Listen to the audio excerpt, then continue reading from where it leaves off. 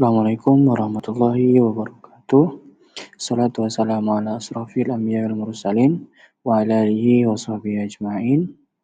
Pertama-tama marilah kita panjatkan puji-puji syukur atas kehadiran Allah Subhanahu wa taala, di mana selimpahan rahmat dan karunia-Nya lah yang telah memberikan kita kesehatan baik jasmani maupun rohani, sehingga kita dapat membuat sebuah video pembelajaran terkait materi kalkulus berupa banyak. Salam selalu tercurahkan kepada junjungan kita Nabi besar Nabiullah Muhammad Sallallahu Alaihi Wasallam. Semoga kita selaku umatnya mendapatkan syafaat beliau di yaumil akhir kelak. Amin Allahumma amin. Yang kami hormati Ibu Ria Mahambarwati MSI selaku dosen pengampu mata kuliah kalkulus berupa banyak. Izin memperkenalkan kelompok kami dari kelompok 2 dengan saya sendiri, Al-Qausar Mulani, dan rekan-rekan saya, yakni Ana Arsi Anggita, Dia Permita, Ita Dewi Lestari, serta Nadia Zahra Hafifah. Di sini kami akan membahas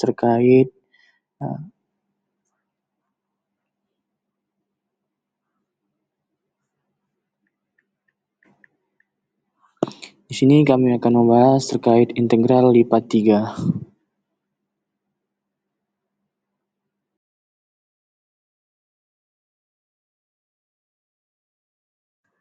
Definisi integral. Integral lipat 3 merupakan integral biasa atau tunggal yang hasilnya kemudian diintegralkan dan kemudian diintegralkan lagi. Berikut ini adalah notasi untuk integrasi lipat 3. Integral lipat 3 di mana f, x, y, z dv sama dengan limit p mendekati 0, sigma k sama dengan 1 sampai dengan n, fungsi f, x bar, y bar, dan z bar delta V. 1. Daerah umum. Tinjauan daerah S terbatas dan tertutup di ruang 3 dan lingkup daerah itu di dalam sebuah balok B. Misalkan f, x, y, z didefinisikan pada S, diberikan f nilai 0 di luar S, kemudian kita definisikan integral lipat 3S fungsi f, x, y, z dv sama dengan integral lipat 3b fungsi f, x, y, z dv. Contoh soal. Hitunglah integral lipat 3b x kuadrat yz dv dengan b adalah kotak. Di mana b, x, y, z nilai x lebih besar dari sama dengan 1 dan kurang dari sama dengan 2. Nilai y lebih besar sama dengan 0 dan kurang dari sama dengan 1. Dan nilai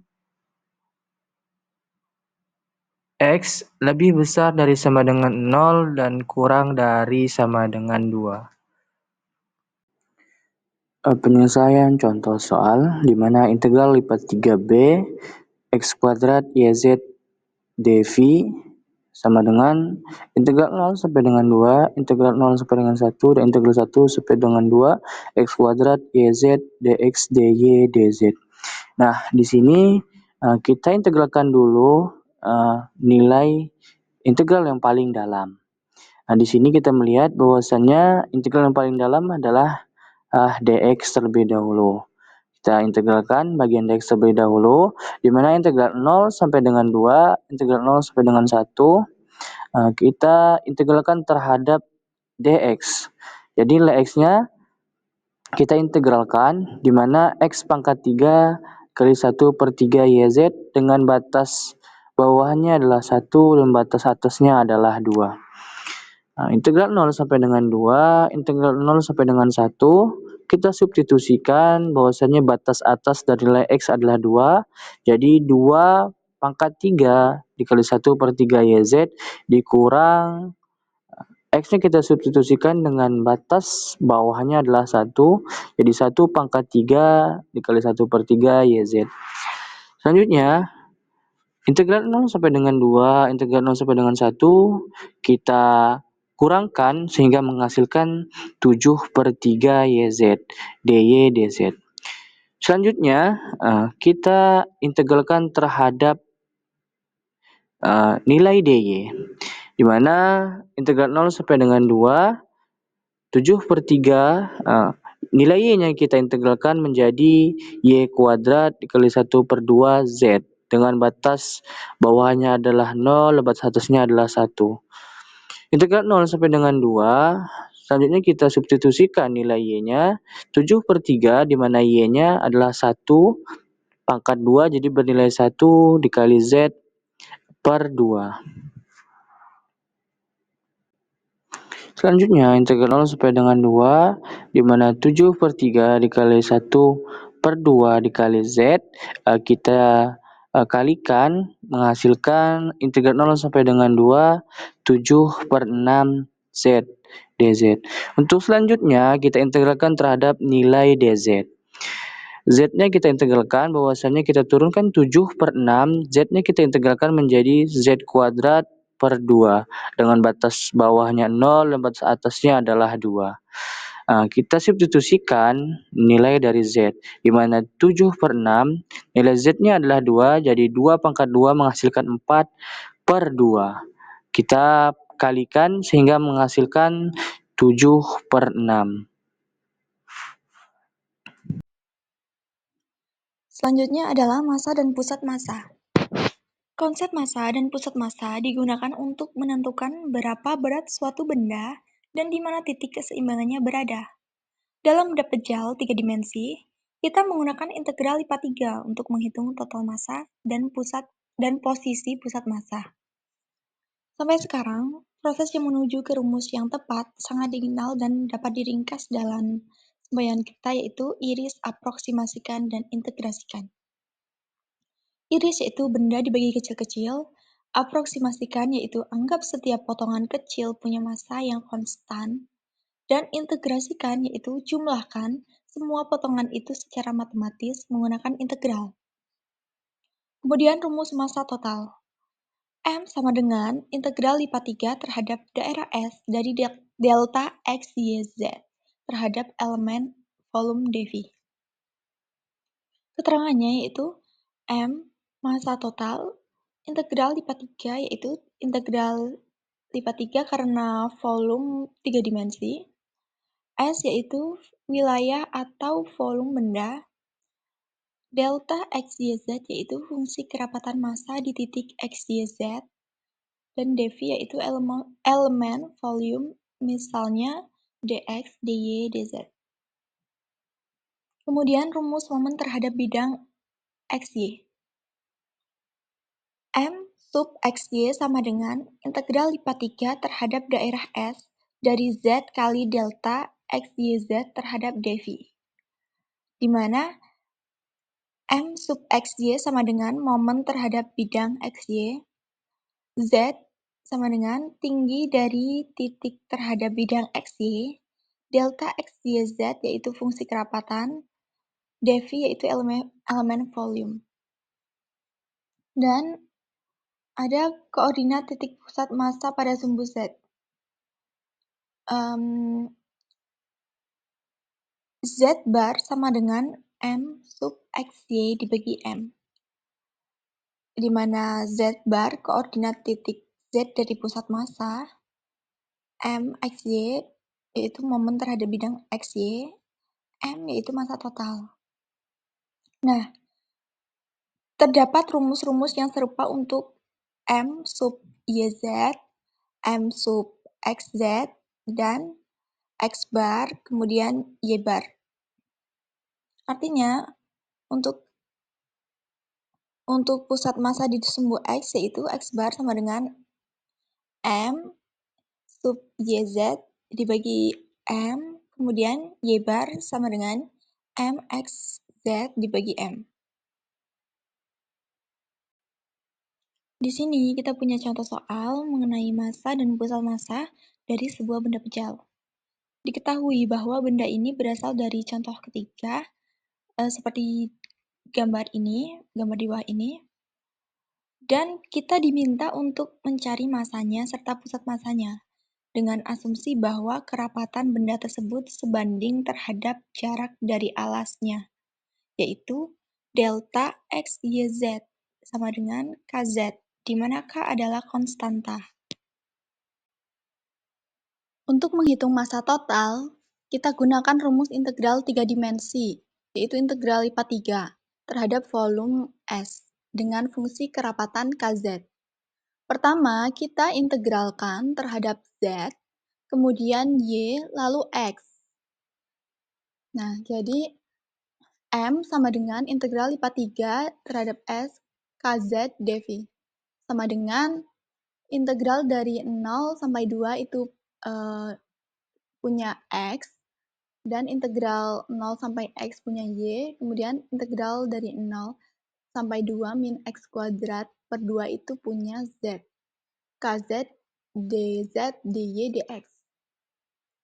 Nah, kita integralkan dari Z kan, berarti yang kita integralkan terlebih dahulu yaitu integral dari 0 sampai 2 min X kuadrat per 2. Jadi, K integral dari 0 sampai 2, integral dari 0 sampai X, 1 per 2 dalam kurung 2 min X kuadrat per 2 pangkat 2 dy dx. Nah, menghasilkan K integral dari 0 sampai 2, integral dari 0 sampai X, dalam kurung 2 min X kuadrat plus 1 per 8 X pangkat 4 dy dx. Nah, kemudian kita integralkan yang Y. Jadi, menghasilkan K integral dari 2X min X pangkat 3 plus 1 per 8 X pangkat 5 dx. Dan terakhir kita integralkan yang X, yaitu dari 0 sampai 2. Jadi, menghasilkan K dalam kurung X kuadrat min X pangkat 4 per 4 plus X pangkat 6 per 48. Dan yang terakhir ini kita jumlahkan batas atas dikurang batas bawah. Hasil akhirnya adalah 4 per 3 K. Kemudian selanjutnya kita hitung momen terhadap bidang X, Y, yaitu MXY dengan integrasi terhadap fungsi KZ kuadrat. Di sini yang sebelah kanan. MXY sama dengan integral lipat 3 terhadap S KZ kuadrat dV sama dengan integral dari 0 sampai 2, integral dari 0 sampai X, integral dari 0 sampai 2 min X kuadrat per 2, KZ kuadrat dz dy dx. Ini sama seperti tadi caranya kita integrasikan masing-masing terlebih dahulu dari Z, kemudian Y, dan terakhir X.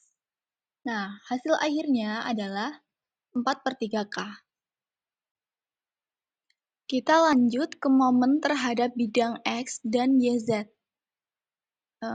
Masing-masing disebut MXZ dan MYZ. Pertama yang MXZ sama dengan integral lipat 3 S KYZ dV sama dengan integral 0 sampai 2, integral 0 sampai X, integral 0 sampai 2 min X pangkat 2 per 2, KYZ dz dy dx. Sama seperti tadi prosesnya, integralkan mulai dari Z, lanjut ke Y, dan terakhir ke X. Dan hasilnya kita peroleh 64 per 105 K. Dan kita lihat yang sebelah kanan ini, yang atas ini M YZ. Maaf, ini ada typo, harusnya M YZ ya, bukan MXZ. Nah, MYZ sama dengan integral lipat 3 S KXZ dV sama dengan integral dari 0 sampai 2, integral dari 0 sampai X, dan integral dari 0 sampai 2 min X kuadrat per 2 KXZ dz dy dx. Sama seperti tadi, integralkan masing-masing dari Z, kemudian Y, dan terakhir X, dan hasil akhirnya diperoleh 128 per 105 K. Kemudian untuk pusat massa kita hitung menggunakan rumus seperti tadi. Yang pertama, Z bar sama dengan MXY per M sama dengan MXJ kita peroleh tadi 4K per 3 atau 4 per 3K. Dibagi M-nya kita juga peroleh 4K per 3 dan hasilnya sama dengan 1. Kemudian untuk Y bar sama dengan MXZ per M sama dengan 64K per 105 dibagi 4K per 4K per 3 sama dengan 16 per 35. Dan terakhir X bar sama dengan MYZ per M sama dengan 128K per 105 dibagi 4K per 3, hasilnya yaitu 32 per 5. Jadi koordinat pusat massa dari benda ini adalah 32 per 35, 16 per 35, dan 1. Selanjutnya adalah variabel acak multiple. Probabilitas untuk variabel acak lebih dari 1 seperti X, Y, Z bisa dihitung dari luas di bawah kurva, fungsi kepadatan probabilitas atau disingkat PDF.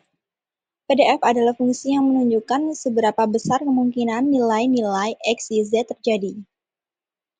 Syarat fungsi PDF ini, PDF selalu lebih dari sama dengan 0, dan total luas atau volume seluruh kemungkinan harus sama dengan 1. Nah, seperti ini, integral lipat 3 terhadap S, F, X, Y, Z, dz, dy, dx sama dengan 1. Kalau kita punya fungsi lain dari X, Y, Z, misalnya G, X, Y, Z, kita bisa cari nilai rata-ratanya atau harapannya. Ini disebut ekspektasi. Rumusnya yaitu rumus ekspektasi. Ekspektasi G, X, Y, Z sama dengan integral lipat 3 terhadap X, G, X, Y, Z dikali F, X, Y, Z, dz, dy, dx. Intinya, ini hanya perlu jika kita ingin menghitung nilai rata-rata dari suatu fungsi yang melibatkan lebih dari satu variabel acak. Baik, diberikan soal tentang variabel acak multiple, yaitu fungsi densitas probabilitas bersama atau joint probability density function untuk 3 variabel acak kontinu, X, Y, dan Z. Nah, fungsi PDF-nya ditulis F, X, Y, Z sama dengan 1/2 jika X lebih dari sama dengan 0 dan X kurang dari sama dengan 2. Kemudian, Y lebih dari sama dengan 0 dan Y kurang dari sama dengan X. Dan yang terakhir, Z lebih dari sama dengan 0 dan Z kurang dari sama dengan 1. Artinya, fungsi densitas bernilai setengah hanya dalam daerah tertentu, yaitu saat X berada di antara 0 hingga 2, Y berada di antara 0 hingga X, dan Z di antara 0 hingga 1. Dua pertanyaan diberikan. Pertama, kita diminta mencari peluang bahwa Y lebih kecil atau sama dengan setengah dari X. Ditulis sebagai P dalam kurung Y kurang dari sama dengan X per 2. Kedua, kita diminta mencari nilai ekspektasi atau harapan dari Y yang ditulis sebagai ekspektasi Y. Untuk menghitung peluang P, Y kurang dari sama dengan X per 2, kita perlu memahami terlebih dahulu apa artinya kondisi Y kurang dari atau sama dengan X per 2. Ini berarti kita ingin mengetahui seberapa besar peluang bahwa nilai Y terletak di bawah garis Y sama dengan X per 2. Dengan syarat bahwa X, Y, dan Z berada dalam batasan yang diberikan oleh fungsi densitas. Fungsi PDF kita hanya bernilai 1/2 pada wilayah X dari 0 hingga 2, Y dari 0 hingga X, dan Z dari 0 hingga 1. Sekarang kita tambahkan syarat dari soal yaitu Y kurang dari sama dengan X per 2. Artinya, kita tidak mengambil seluruh area Y dari 0 hingga X, tapi hanya sampai X per 2 saja. Jadi, daerah integrasi untuk Y kita batasi dari 0 sampai X per 2, bukan X. Karena itu bentuk integral peluangnya menjadi P dalam kurung Y kurang dari sama dengan X per 2 sama dengan integral dari 0 sampai 2, integral dari 0 sampai X per 2, integral dari 0 sampai 1, 1 per 2 dz, dy, dx. Ingat, ini urutannya yang pertama punya X, yang kedua punya Y, dan yang ketiga punya Z. Nah, kemudian kita integrasikan masing-masing. Yang pertama, integrasi terhadap Z. Integral dari 0 sampai 1, 1 per 2 dz sama dengan 1 per 2. Kemudian, integrasikan terhadap Y dari 0 sampai X per 2, yaitu menjadi integral dari 0 X per 2, dari 0 sampai X per 2, 1 per 2 dy sama dengan 1 per 2 dikali X per 2, jadi hasilnya X per 4. Nah, untuk ini kan sudah satu nih integralnya. Jadi, kita integralkan yang terakhir yaitu X, integral dari 0 sampai 2, X per 4 dx, itu hasilnya X kuadrat per 8. Kemudian kita substitusikan batas X-nya yaitu dari 0 sampai 2. Nah, hasilnya adalah 1 per 2. Artinya, peluang bahwa nilai Y lebih kecil atau sama dengan setengah dari X dengan syarat bahwa X, Y, Z berada dalam domain PDF yang diberikan adalah setengah. Kemudian yang sebelah kanan ini nilai nomor B, ekspektasi Y adalah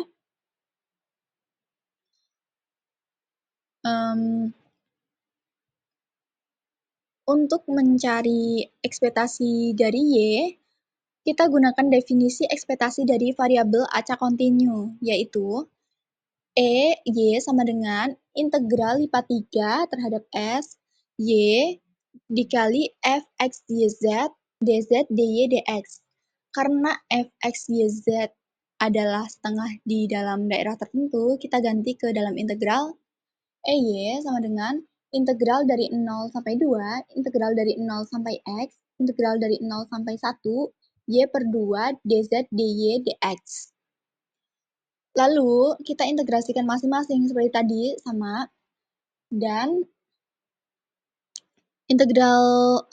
integrasi terhadap Z itu hasilnya menjadi Y per 2, kemudian sisa dua integral yaitu integral dari 0 sampai 2, integral dari 0 sampai X, Y per 2 dy dx. Nah, kita yang Y-nya ini, integral terhadap Y ini kita integrasikan, yaitu hasilnya menjadi integral dari 0 sampai X, Y per 2 dy sama dengan 1 per 4 X kuadrat. Nah, lalu yang terakhir, integrasikan terhadap X dari 0 sampai 2, yaitu menjadi integral dari 0 sampai 2 X kuadrat per 4 dx, menghasilkan X pangkat 3 per 12. Nah, maaf ini harusnya dalam kurung X pangkat 3 ya, bukan pangkat 2. Nah, X pangkat 3 per 12 ini kita substitusikan ke batas atas, kemudian dikurang batas bawah. Jadi hasilnya 2 per 3. Baik, materi selanjutnya yaitu integral lipat 3 dalam koordinat silindris dan sferis. Oke, yang pertama adalah koordinat silindris. Koordinat silindris atau koordinat tabung itu memiliki hubungan dengan koordinat kartesius. Ketika kita mentransformasikan koordinat kartesius ke koordinat tabung, maka nilai X, Y, Z itu berubah menjadi R, theta, dan Z, di mana X, Y, Z itu adalah titik P dari koordinat kartesius, sedangkan untuk koordinat tabung atau silindris itu berubah menjadi titik R, theta, Z. Nah, untuk R sendiri itu adalah jarak dari pusat 0,0 ke proyeksi P di bidang XY. Kemudian theta adalah sudut yang dibentuk antara sumbu X dan R. Sedangkan Z-nya adalah ketinggiannya, yaitu tetap Z. Nah, ketika kita balik, yaitu transformasi dari koordinat tabung atau silindris ke kartesius, maka kita merubah nilai R, theta, Z menjadi X, Y, Z. Di mana nilai X sendiri itu sama dengan R cos theta, Y sama dengan R sin theta, dan Z sama dengan Z. Nah, sebagai contoh, koordinat kartesius 1, akar 3,2, jika kita ubah ke dalam koordinat tabung, maka hasilnya akan menjadi akar 1 plus 3, arcus tangen akar 3,2. Nah, ini kita peroleh dari rumus-rumus transformasi tadi, yang mana ketika R sama dengan akar 2 plus Y2, berarti untuk nilai R-nya itu adalah nilai X kuadrat ditambahkan dengan Y kuadrat. Kemudian kita akarkan. Nah, X di sini itu adalah 1 dan Y-nya adalah akar 3. Akar 3 kita kuadratkan menjadi 3 dan 1 tetap 1. Kemudian 1 plus 3 itu sama dengan 4 dan akar 4 sama dengan 2. Kemudian nilai dari arcus tangen theta akar 3 itu adalah pi per 2. Kemudian 2 sama dengan 2. Jadi koordinat kartesiusnya itu kita ubah menjadi koordinat silindris atau tabung, itu hasilnya adalah 2, pi per 2,2. Nah, pada integral lipat 3 di dalam koordinat silindris itu berlaku dx, dy, dz itu sama dengan r, dz, dr, dθ. Misalnya, S itu adalah suatu daerah Z sederhana dan proyeksinya pada bidang XY adalah R sederhana.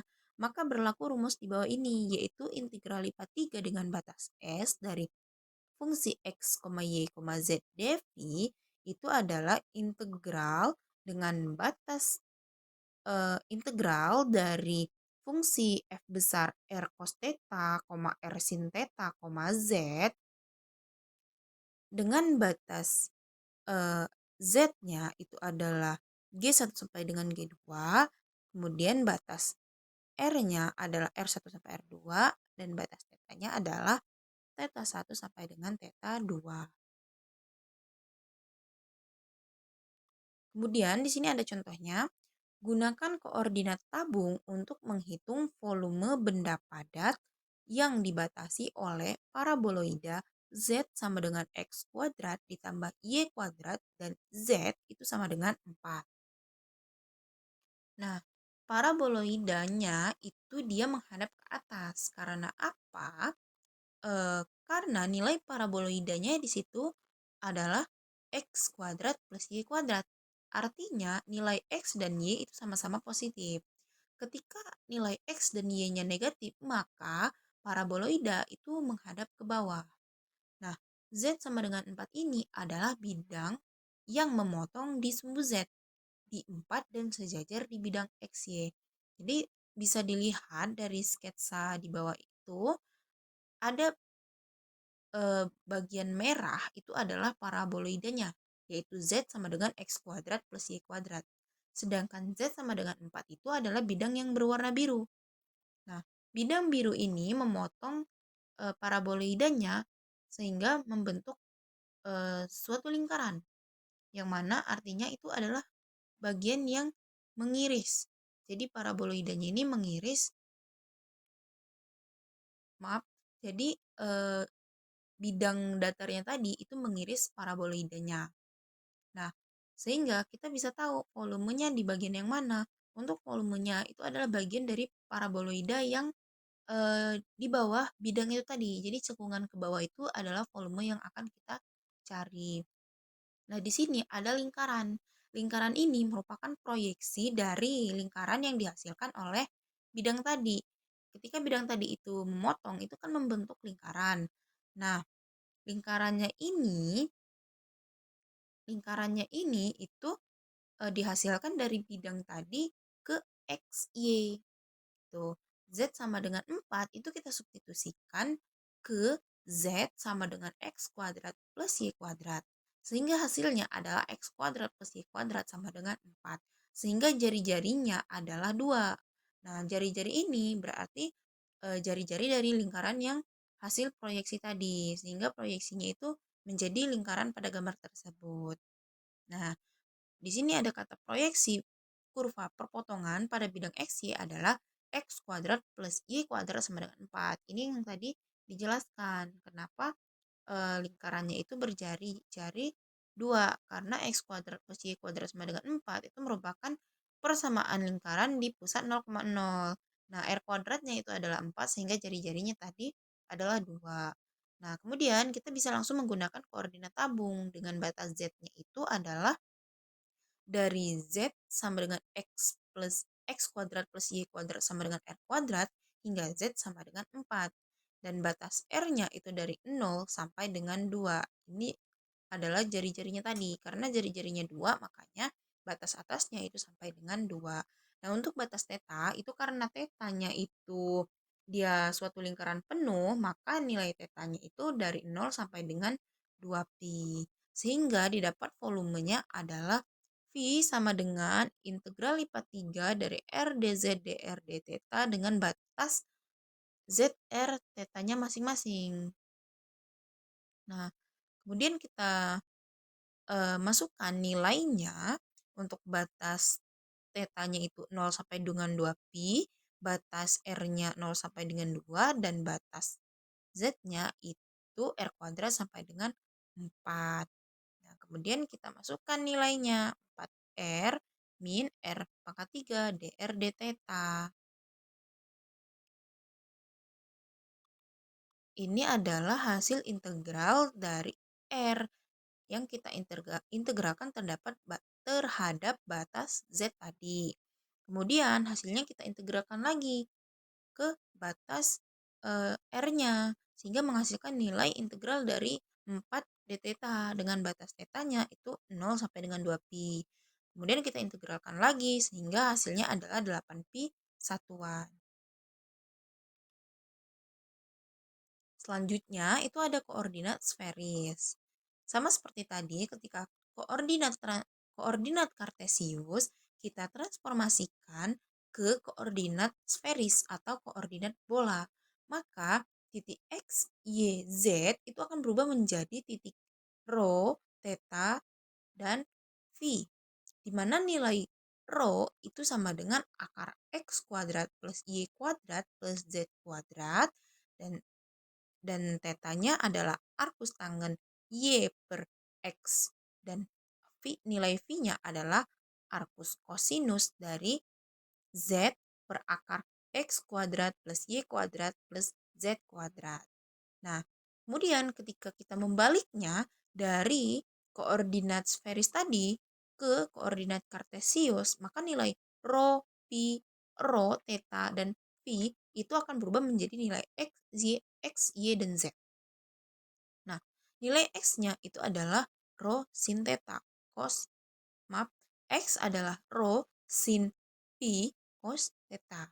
Nilai Y-nya adalah rho sin pi cos theta, dan nilai Z-nya adalah rho cos phi. Nah, sebagai contoh, di sini ada koordinat kartesius dengan titiknya itu 1, akar 3,2. Kemudian kita ubah ke koordinat bola atau koordinat sferis tadi. Maka sama seperti koordinat silindris tadi, kita menggunakan rumus-rumus transformasinya dan menghasilkan nilai koordinat sferisnya itu ada di 2 akar 2, pi per 3, pi per 4.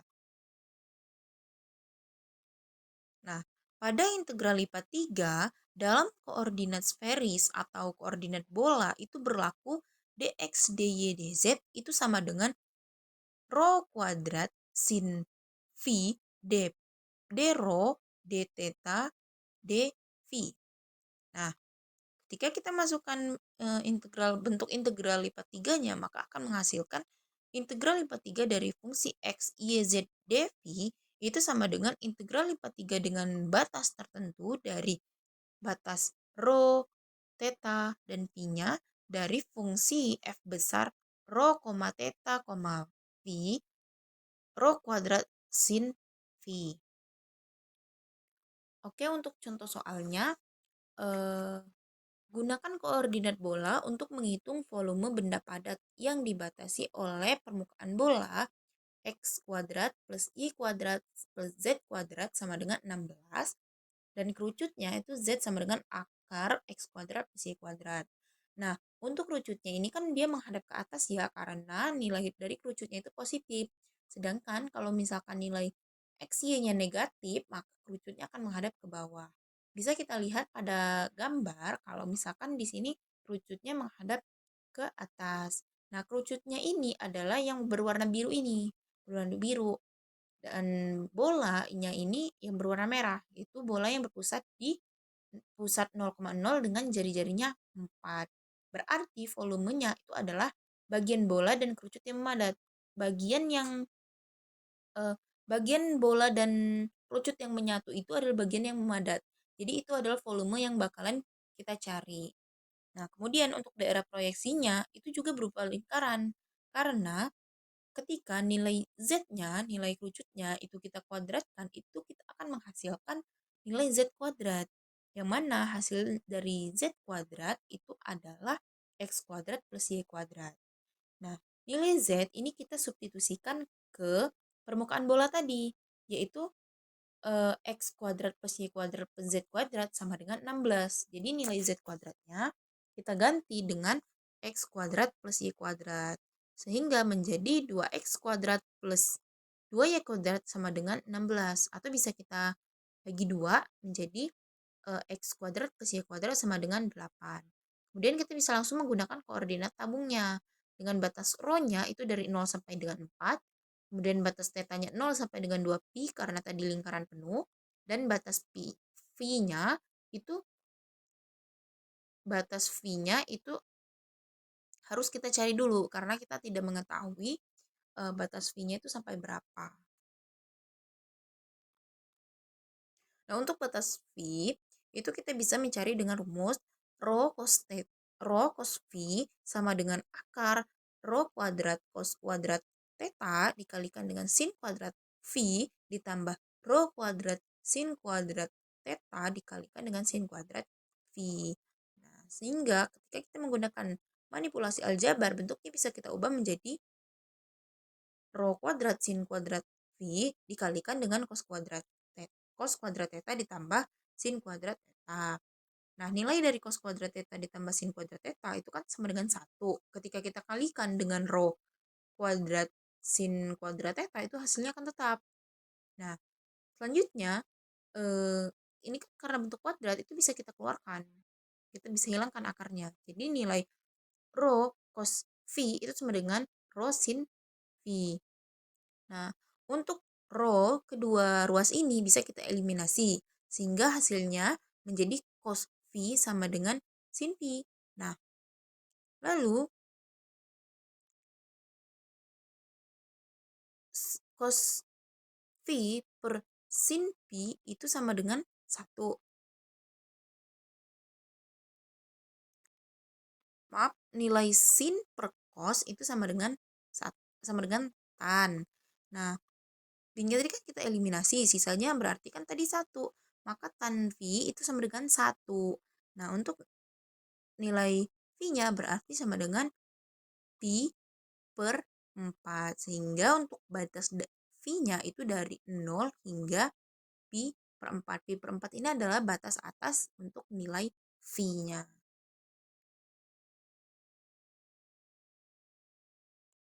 Nah, setelah kita mendapatkan nilai phi-nya tadi, maka kita bisa langsung menghitung volumenya menggunakan rumus yang sudah dijelaskan tadi. Nah, rumusnya ini adalah integral lipat 3 dari rho kuadrat sin pi d rho d theta d phi. Kemudian rho kuadrat sin V-nya kita integralkan terhadap d rho, menghasilkan nilai 64/3 sin V d theta dV. Kemudian kita integralkan lagi terhadap d theta, menghasilkan nilai 128pi/3 sin V dV. Nah, kemudian kita integralkan lagi terhadap dV-nya sampai menghasilkan nilai 64 dikali 2 min akar 2/3. Ini adalah hasil akhirnya, yaitu 64 dikali 2/akar 2/3 pi, satuan volumenya. Materi selanjutnya yaitu penggantian variabel dalam integral lipat. Rumus-rumusnya, dalam integral lipat 2, dx dy sama dengan r dr dθ menunjukkan perubahan koordinat kartesius ke koordinat polar. Dalam integral lipat 3, dx dy dz sama dengan r dz dr dθ menunjukkan perubahan koordinat kartesius ke koordinat tabung. Dx dy dz sama dengan rho kuadrat sin pi d rho d theta dpi menunjukkan koordinat kartesius ke koordinat bola. Itu semua adalah kasus khusus perubahan variabel. Selanjutnya, ada konsep penggantian variabel. Jika G adalah fungsi satu-satu dari variabel tunggal, maka G mempunyai invers dan penggantian variabelnya. Integral dari batas A sampai B, f gx, g aksen x dx sama dengan integral dari batas GA sampai GB, f u du. Nah, di sini kita mengubah integral dalam variabel x di sebelah kiri menjadi integral dalam variabel u di sebelah kanan. Integralnya yaitu f gx berubah menjadi fu, diferensialnya yaitu g aksen x dx berubah menjadi du. Sedangkan di bagian batas integralnya dari x sama dengan a sampai x sama dengan b berubah menjadi dari u sama dengan ga sampai u sama dengan gb. Dengan mempertukarkan peranan x dan u memungkinkan kita untuk menuliskan ini sebagai integral dari batas a sampai b fx dx sama dengan integral dari batas g inverse a sampai g inverse b f gu g aksen u du. Di sini kita mengubah juga integral dalam variabel x menjadi integral dalam variabel u. Integral fx berubah menjadi fgu, diferensialnya dx berubah menjadi g aksen x du, sedangkan batas integral dari x sama dengan a sampai x sama dengan b berubah menjadi dari u sama dengan g inverse a sampai u sama dengan g inverse b. Rumus yang terakhir ini dapat dilihat sebagai hasil pembuatan substitusi x sama dengan gu yang dapat diilustrasikan dalam gambar ini. Oleh fungsi g, u dipetakan ke x, sedangkan oleh fungsi g inverse x dipetakan ke u, sehingga x sama dengan a berubah menjadi u sama dengan g inverse a, dan x sama dengan b berubah menjadi u sama dengan g inverse b. Transformasi dari bidang UP ke bidang XY yang akan digunakan untuk melakukan perubahan variabel dalam integral fungsi dua variabel. Misalkan X dan Y adalah fungsi data variabel U dan V, dan misalkan G, U, V sama dengan X, Y adalah fungsi atau transformasi dari R2 ke R2. Persamaan X, Y sama dengan G, U, V di sini menunjukkan bahwa X, Y adalah peta dari U, V, sedangkan U, V adalah prapeta dari X, Y. Peta dari himpunan S di bidang UP adalah himpunan titik-titik X, Y di bidang XY yang memenuhi persamaan X, Y sama dengan G, U, V di mana U, V ada di S. Grafik fungsi G di sini sudah tidak dapat digambarkan lagi karena merupakan 4 dimensi. Tetapi ilustrasi fungsi atau pemetaan dari titik-titik di bidang UP ke titik-titik di bidang XY dapat digambarkan. Transformasi G di sini memetakan bidang UV ke bidang XY, sedangkan transformasi G inverse memetakan bidang XY ke bidang UV, sehingga garis-garis vertikal di bidang UV dipetakan ke bidang XY, berupa kurva yang disebut sebagai kurva U dari G, dan garis-garis mendatar di bidang UV dipetakan ke bidang XY, berupa kurva yang disebut sebagai kurva V dari G. Jadi, bagian berwarna abu-abu di bidang UP ini dipetakan ke bagian berwarna abu-abu di bidang XY. Untuk lebih jelasnya, di sini ada contoh soal. Misalkan, X sama dengan X U, V sama dengan U ditambah P, Y sama dengan Y U, V sama dengan U min P, dan G U, V sama dengan X U, V, Y U, V. Carilah dan gambarkan grafik kurva U dan kurva V untuk G untuk kisi U, V, di mana U sama dengan 3, 4, 5, dan P lebih dari sama dengan 1, kurang dari sama dengan 4, atau P sama dengan 1, 2, 3, 4, dan U lebih dari sama dengan 3 dan kurang dari sama dengan 5. Untuk penyelesaiannya, pertama kita selesaikan sistem persamaan tersebut. X sama dengan U ditambah V, Y sama dengan U dikurang V. Untuk U dan V kita peroleh U sama dengan 1 per 2X ditambah 1 per 2Y, dan V sama dengan 1 per 2X dikurang 1 per 2Y. Karena U ditentukan oleh C sama dengan 1 per 2X ditambah 1 per 2Y, di mana C sama dengan 3, 4, dan 5. Ini mengubah pada kurva-kurva Y sama dengan 2C min X, di mana C 3, 4, dan 5. Ini adalah garis-garis sejajar masing-masing memiliki kemiringan negatif 1. Secara serupa, kurva V diperoleh dengan cara menyelesaikan persamaan-persamaan C sama dengan 1 per 2X dikurang 1 per 2Y, di mana C sama dengan 1, 2, 3, dan 4. Untuk Y, ketika C sama dengan 1, 2, 3, dan 4, penyelesaiannya adalah Y sama dengan negatif 2C plus X, di mana C sama dengan 1, 2, 3, dan 4. Ini juga adalah garis-garis sejajar, masing-masing memiliki kemiringan positif 1. Kurva U untuk U sama dengan 3, dan kurva V untuk V sama dengan 2. Selanjutnya, ada rumus penggantian variabel untuk integral lipat 2. Ketika membuat penggantian variabel dalam integral tunggal, seperti misalnya integral dari batas A sampai B fx dx, kita harus memperhitungkan yang pertama integran fx-nya, yang kedua diferensial dx, dan yang terakhir limit integrasi. Untuk integral lipat 2 seperti misalnya integral lipat 2r fx, y, dx, dy, prosedurnya serupa. Kita harus memperhitungkan yang pertama integran fx, y, yang kedua diferensial dx, dy, dan yang terakhir limit integrasi. Rumus penggantian variabel untuk integral lipat 2. Teorema A, misalkan G adalah transformasi satu-satu dari R2 ke R2 yang memetakan daerah terbatas S di bidang UV ke dalam daerah terbatas R di bidang XY. Jika G berbentuk G dalam U, V sama dengan X dalam U, V dan Y dalam U, V, maka integral lipat 2 pada daerah R dari fungsi f dalam x dan y terhadap dx dy sama dengan integral lipat 2 pada daerah S dari fungsi f dalam x uv dan y uv dikalikan dengan nilai mutlak Jacobian dari u dan v terhadap du dv. Dengan J dalam U, V disebut Jacobian. Jacobian adalah determinan dari matriks turunan parsial yang dituliskan sebagai berikut.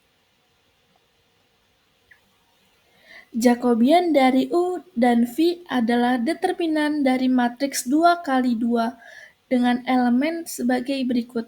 Baris pertama, turunan parsial X terhadap U dan turunan parsial X terhadap V. Baris kedua, turunan parsial Y terhadap U dan turunan parsial Y terhadap V.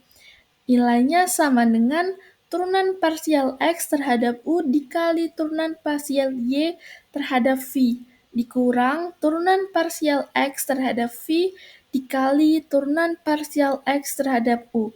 Rumus ini berguna untuk menyederhanakan integral dengan mengganti variabel agar lebih mudah dihitung. Di sini ada contoh, soalnya hitunglah integral lipat 2 pada daerah R dari kosinus dalam X minus Y dikali sinus dalam X plus X terhadap dA. Dengan R adalah segitiga dengan titik-titik sudut 0,0, pi, negatif pi, dan pi, pi. Penyelesaiannya, misalkan U sama dengan X minus Y, V sama dengan X plus Y. Penyelesaian untuk X dan Y memberikan X sama dengan 1/2 dikali U ditambah V. Y sama dengan 1/2 dikali U dikurang V.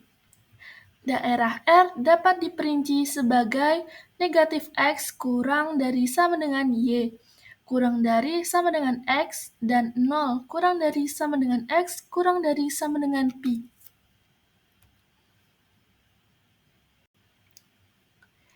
Dengan mensubstitusikan U dan V memberikan negatif 1/2 dikali U plus V, kurang dari atau sama dengan 1/2 dikali U minus V, kurang dari atau sama dengan 1/2 dikali U plus V. 0 kurang dari 1 sama dengan 1/2 dikali U plus V, kurang dari atau sama dengan pi, yang tereduksi menjadi U lebih dari sama dengan 0, V lebih dari sama dengan 0, 0 kurang dari sama dengan U plus V kurang dari sama dengan 2pi. Ini adalah daerah S di bidang U, V. Lihat gambar di bawah. Jacobian dari transformasi ini adalah determinan dari matriks. Baris pertama 1/2 dan 1/2. Baris kedua 1/2 dan negatif 1/2. Nilainya sama dengan 1/2. Jadi, integral ganda pada daerah R dari kosinus X minus Y dikali sinus X plus Y dA sama dengan integral ganda pada daerah S dari kosinus U kali sinus V dikali 1/2 dV du sama dengan 1/2 dikali integral dari 0 sampai 2 pi, lalu integral dari 0 sampai 2 pi minus U dari cos U kali sin V dV du sama dengan 1/2 integral 0 sampai 2 pi cos U kali 1 dikurang cos 2 pi minus U du sama dengan 1/2 integral 0 sampai 2 pi cos U kali 1 minus cos U du sama dengan 1/2 integral dari 0 sampai 2 pi cos U dikurang cos kuadrat U du. Gunakan identitas trigonometri. Cos kuadrat U sama dengan 1 plus cos 2U per 2. Sama dengan 1/2 integral dari 0 sampai 2 pi cos U dikurang 1 plus cos 2U dibagi 2 du. Sama dengan 1/2 integral dari 0 sampai 2 pi cos U dikurang 1/2 dikurang 1/2 cos 2U du. Sama dengan 1/2 dikali buka kurung sin U dikurang 1/2 U dikurang 1/4 sin 2U tutup kurung dari 0 sampai 2 pi. Hasil akhirnya adalah negatif 1/2 pi. Rumus penggantian variabel untuk integral lipat 3.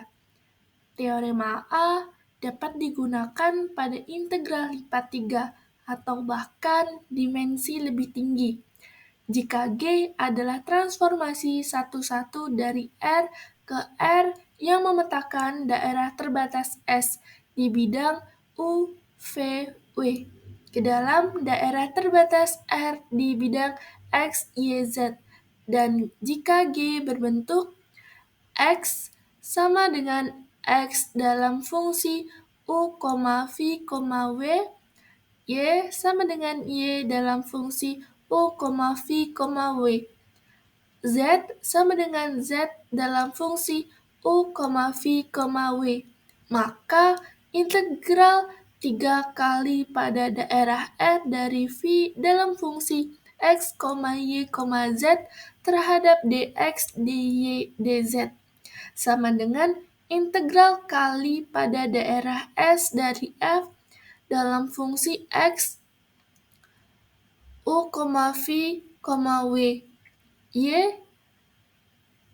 U, V, W, Z, U, V, W dikalikan dengan nilai mutlak J dalam fungsi U, V, W terhadap du, dv, dw.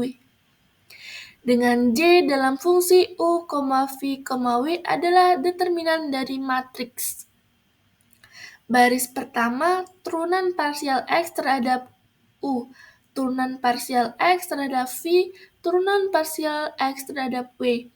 Baris kedua, turunan parsial Y terhadap U, turunan parsial X terhadap V, turunan parsial Y terhadap W.